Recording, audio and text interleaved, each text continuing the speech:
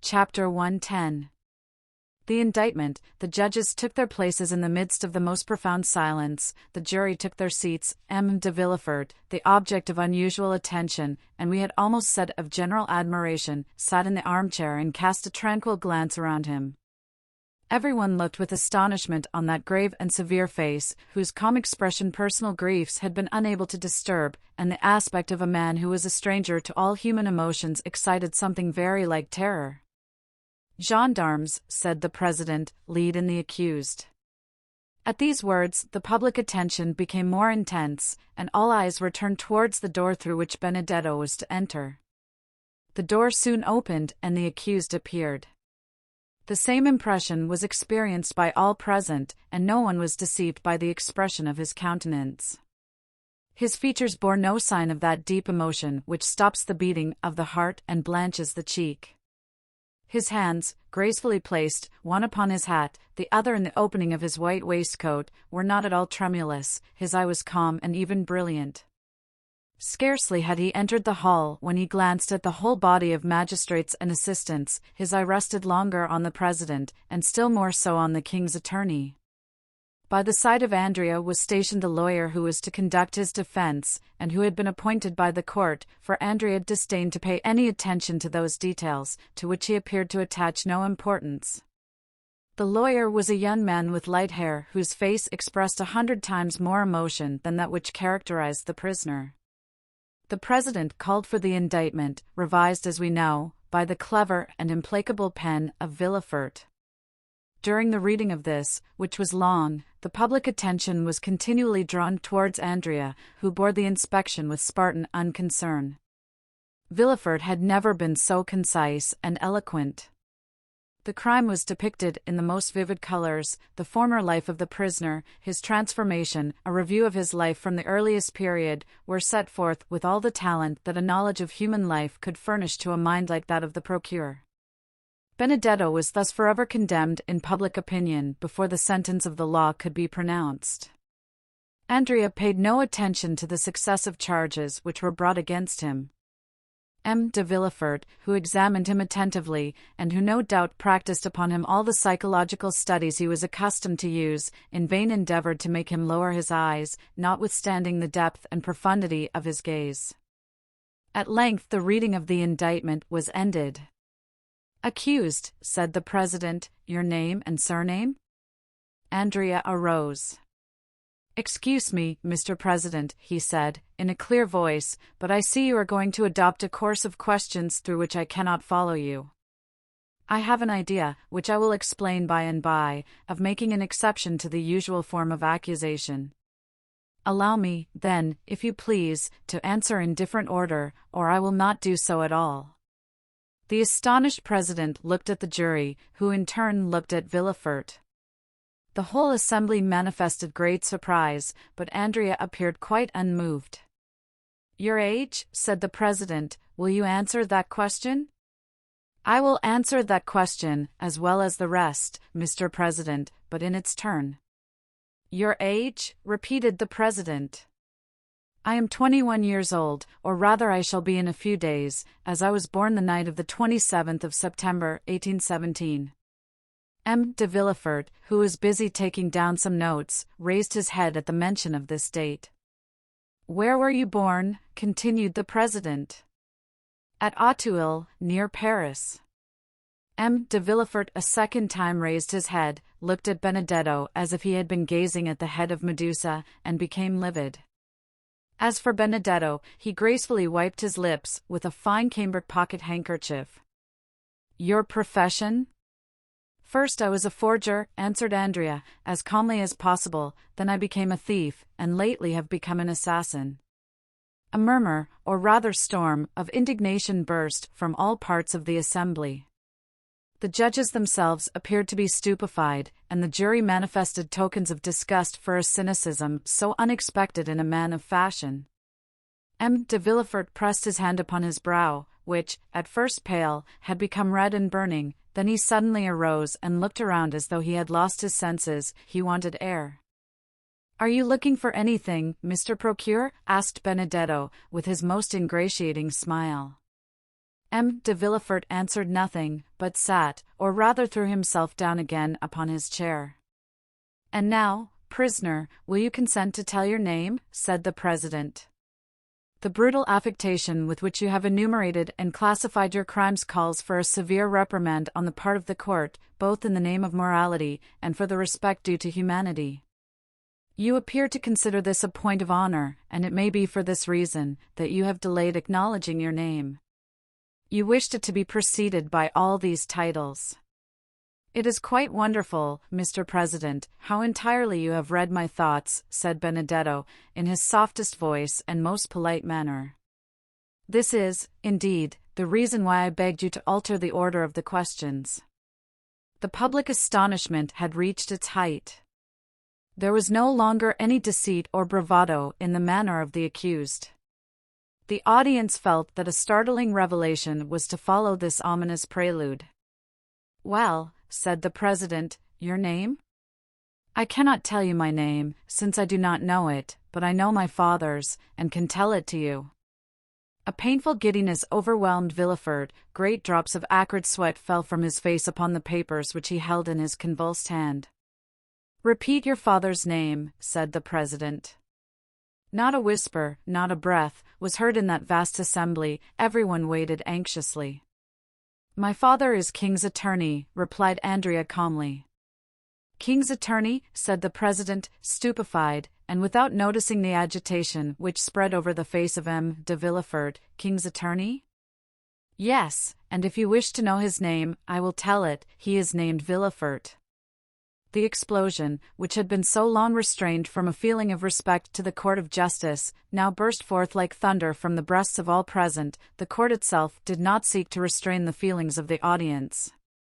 The exclamations, the insults addressed to Benedetto, who remained perfectly unconcerned, the energetic gestures, the movement of the gendarmes, the sneers of the scum of the crowd, always sure to rise to the surface in case of any disturbance, all this lasted 5 minutes, before the doorkeepers and magistrates were able to restore silence.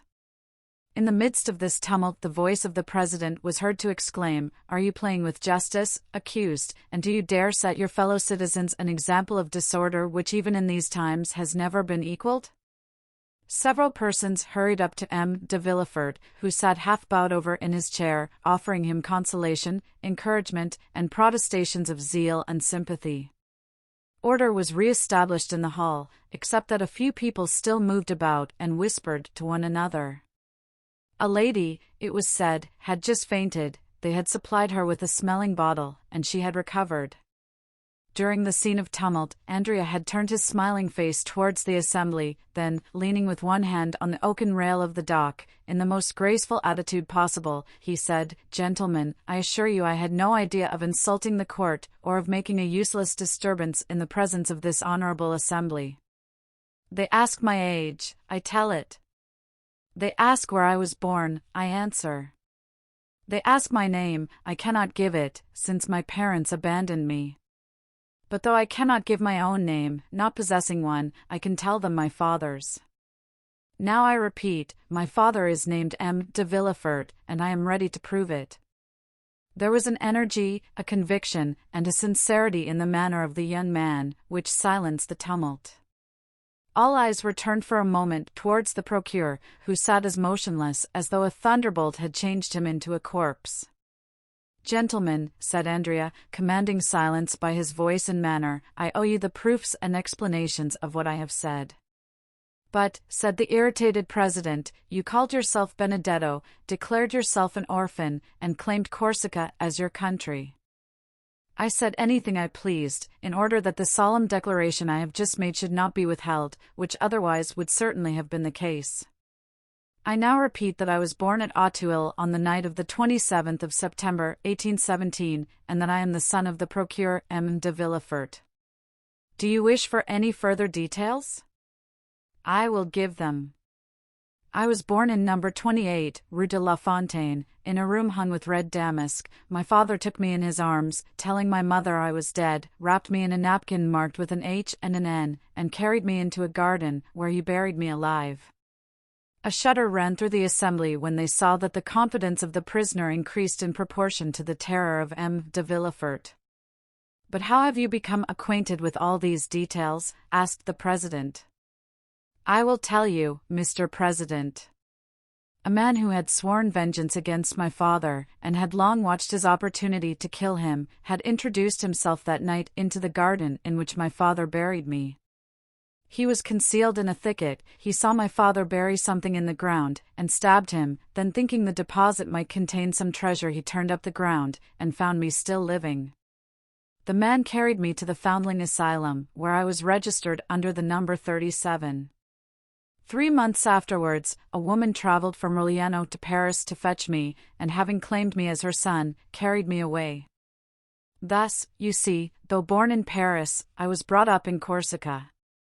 There was a moment's silence, during which one could have fancied the hall empty, so profound was the stillness. Proceed, said the president. Certainly, I might have lived happily amongst those good people who adored me, but my perverse disposition prevailed over the virtues which my adopted mother endeavored to instill into my heart. I increased in wickedness till I committed crime. One day, when I cursed Providence for making me so wicked, and ordaining me to such a fate, my adopted father said to me, "Do not blaspheme, unhappy child. The crime is that of your father, not yours, of your father, who consigned you to hell if you died, and to misery if a miracle preserved you alive."